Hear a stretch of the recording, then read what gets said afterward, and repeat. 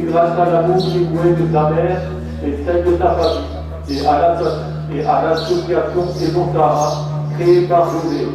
Le comité directeur, les sincères condoléances aux parents, à José, Marie-Jo, Mylène, Geoffrey et Jade, et toute sa famille.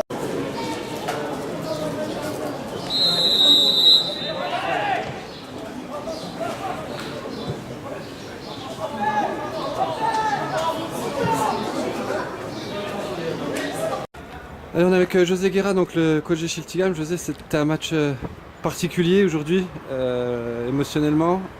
Première mi-temps où vous avez eu du mal à vous mettre dedans, puis la deuxième c'était un peu mieux. Ouais, alors sur la partie émotionnelle, ça permet au moins de relativiser un certain nombre de choses et qu'il y a des choses plus importantes qu'une victoire ou qu'une défaite. Après, sur le match, Agno a fait ce qu'il fallait.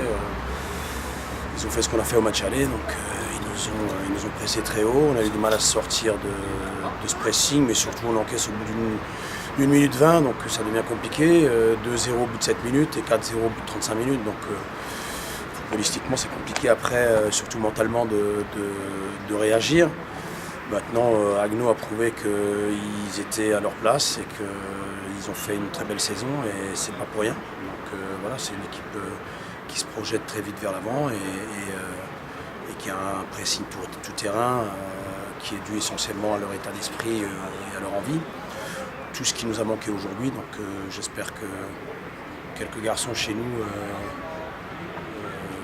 vont revoir peut-être leur position par rapport à leur ambition personnelle. Et je pense que c'est parfois des défaites qui doivent faire du bien et on a bien réagi en deuxième mi-temps. Ouais, la deuxième, vous avez eu des occasions, vous revenez à 4-2, bon, c'était quand même vraiment mieux. Ouais, j'aurais aimé voir l'équipe à 4-3 parce qu'on a eu des opportunités, mais bon, après quand une équipe mène 4-0, c'est toujours facile de faire une meilleure deuxième mi-temps. Mais au-delà de ça, ce que j'ai retenu surtout, c'est qu'ils ont été réceptifs à ce qu'on a décidé à la mi-temps et le bloc était mieux en place. Dans l'envie, on y était beaucoup mieux aussi. Et surtout, on marque 2 buts, mais en pouvant peut-être en marquer encore un ou l'autre, qui aurait peut-être donné un peu plus de saveur encore à cette fin de match. Mais la victoire est très largement méritée pour Agno et je les félicite. Le FRH vous présente ses condoléances, en tout cas pour votre nièce. Merci. Merci. Allez, on est avec Baptiste Hersch, donc un des buteurs de Schiltigheim. Baptiste, une première mi-temps où carrément Schiltigheim est passé complètement à côté, par contre c'était mieux en deuxième. Et on a senti aussi un peu d'émotion dans cette première mi-temps, notamment avec ce qui arrive à José. Tout à fait, aujourd'hui on avait à cœur d'attaquer, c'était un derby, donc on voulait le gagner, le jouer, c'était peu important. Il y avait en plus des conditions, voilà, de la famille à un joueur, la nièce à José, donc ça faisait beaucoup. On n'est pas bien rentré dans le match, on a encaissé un but dès les premières minutes, donc après on a sombré, on avait la tête sous l'eau, on n'a pas réussi à réagir. Le discours du coach à la mi-temps nous a permis de nous réveiller un petit peu, mais voilà, aujourd'hui, en prenant 4 buts dans un match, on ne peut pas espérer gagner un match, ça c'est clair. À titre personnel, tu marques aujourd'hui contre une ancienne équipe ? Ouais, je marque contre une ancienne équipe, ça me fait pas plus que si j'avais marqué contre une autre équipe, parce que dans la mesure où aujourd'hui, voilà, c'était un but mais qui a pas fait avancer l'équipe. Je loupe aussi de face à face, donc voilà. Aujourd'hui, il faut pas, je reste pas là-dessus et Haguenau pour moi, voilà, ça restera toujours mon club de cœur, mais c'est pas un but qui m'a touché plus que ça, quoi. Parce que voilà, aujourd'hui, je suis parti d'Haguenau pour des raisons personnelles, donc voilà, c'est derrière, c'est une page qui est tournée, donc voilà, j'en veux pas au club et ni à personne d'ailleurs. 100% Chili, quoi. Alors pour l'instant oui, maintenant voilà, le football on ne sait pas de quoi il fait demain, donc pour le moment je joue avec Chili, donc oui je me battrai jusqu'à la fin, je ferai le maximum avec l'équipe, mon cœur est Chili, quoi, bien sûr. Merci Baptiste. Merci. Allez, on est avec Yannick Ims, première interview de l'année. Yannick, tu as aujourd'hui un doublé quand même hein, contre ton ancienne équipe, contre Schiltigheim, ça fait forcément plaisir. Ouais, non, ça fait plaisir de prouver que je sais encore jouer au foot malgré la saison qu'on m'a fait vivre, entre guillemets, et que j'ai vécu. Arrête de raconter des conneries, Yannick, la resta. Yannick, le doigt, la resta.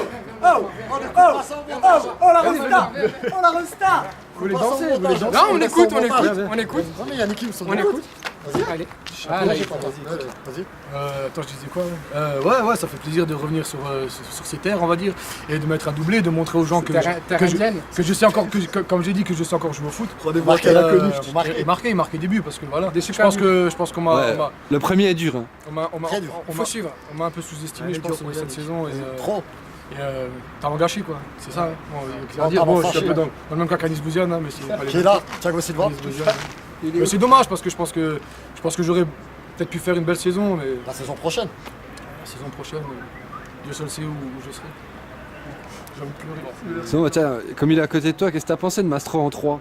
Mastro en 3, mais Mastro c'était son poste depuis le début. C'est un talent gâché aussi. Le gars il sait tout faire. Monter, descendre, crocher, défendre, tout, prendre des douches, tout. Faire des mains, faire une main dans c'est son vrai poste. En tout cas, c'est son vrai poste. Faire une main dans la surface aussi. c'est aussi un talent gâché. Lui, il est plus fâché que gâché. Yannick, pendant qu'on te tient, il y a une petite anecdote. Il paraît qu'un jour, tu étais à Kiel, tu dormais dans les vestiaires. Au moment où le coach a dit que vous aviez un super attaquant, suite à une soirée un peu longue.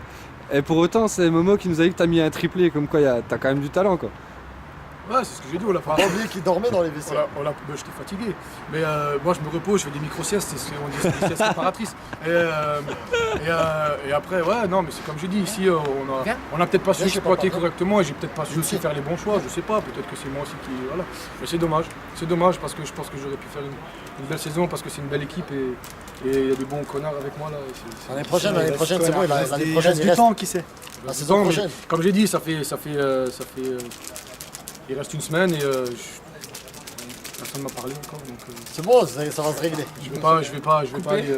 Sans coupe. On coupe parce que là on rentre dans des sujets. On va s'énerver, on coupe. Non. Allez, on coupe. Voilà, parfait. Merci Yannick. Non, mais par contre, Allez, on est avec Jean-Luc Lemaille, le manager général. Jean-Luc, tout d'abord déjà un tout petit mot sur ce match avec une bonne première mi-temps du FRH et puis la deuxième c'était plutôt pour Chilik. On a pris ce match au sérieux. Déjà après la défaite qu'on a eue au match aller. Après 2-3 minutes, on gagne tout de suite, on marque tout de suite un but. Très bonne attaque de chez nous, le collectif a bien fonctionné. Très beau match de notre part. Je veux que c'est aussi la période qui va commencer la plus dure là, avec la période des transferts. Après une belle saison comme ça, on le sait, et c'est le jeu, il y a les augmentations, tous les joueurs veulent forcément une augmentation. On sait que derrière il y a un budget qui est restreint au FRH, on connaît le petit budget du FRH, c'est galère ton job. Écoute, ça me passionne puisque, à mon avis, c'est un petit peu le but du jeu. Ils font une bonne saison, ils en profitent.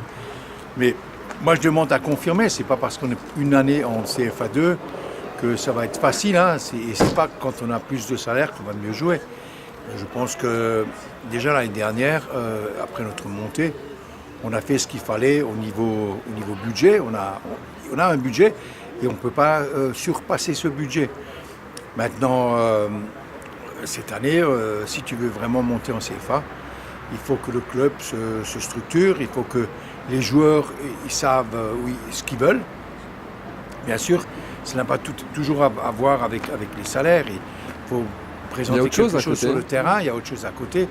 Maintenant, à mon avis, si tu veux monter en CFA, il faut recruter au-dessus, voir des anciens de national ou de CFA, ou même des jeunes en devenir qui ont le potentiel pour jouer en CFA2, voire national, ou voir CFA. Et c'est un petit peu le but du jeu. C'est pas facile, parce que chez nous, dans la région, il y a des très très bons joueurs, mais ils sont déjà soit dans une équipe, soit ils vont monter, soit ils vont aller ailleurs. Il y a la concurrence de l'Allemagne aussi. Il y a l'Allemagne à côté. C'est toujours des clubs où il y a énormément de supporters. Je pense à Haguenau cette année, on a pu être content. On a quand même joué sous une bonne affluence et je pense que l'année prochaine, ça va continuer comme ça si on joue les premiers rôles. Dans le jeu aussi, on a vu du beau jeu cette année, on s'est quand même fait plaisir.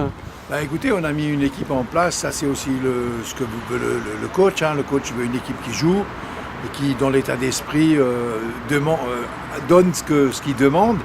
Et tant que ça va comme ça, il est content. Et nous aussi, on est contents. Et les autres équipes, ils ont très bien vu comment on jouait, ils nous ont pris au sérieux. Je reviens encore aux paroles du coach de Auxerre. Maintenant, la saison 2014-2015, elle va se terminer. il faut penser à la saison prochaine et on va essayer de confirmer ce qu'on a fait cette année. Tu vas toujours jouer sur l'affect. On entend beaucoup de joueurs t'appeler Papa Kleinman. Pourquoi? Bah, écoute, Papa Kleinman, il essaye toujours de presque petits-enfants donner aux un peu, joueurs, hein. de presque donner aux joueurs ou aux enfants, comme on dit ça, ce qu'ils demandent. Maintenant, si je parle au club, ils vont me dire papa, sois raisonnable. Voilà. Merci Exactement. Jean-Luc. Je t'en prie.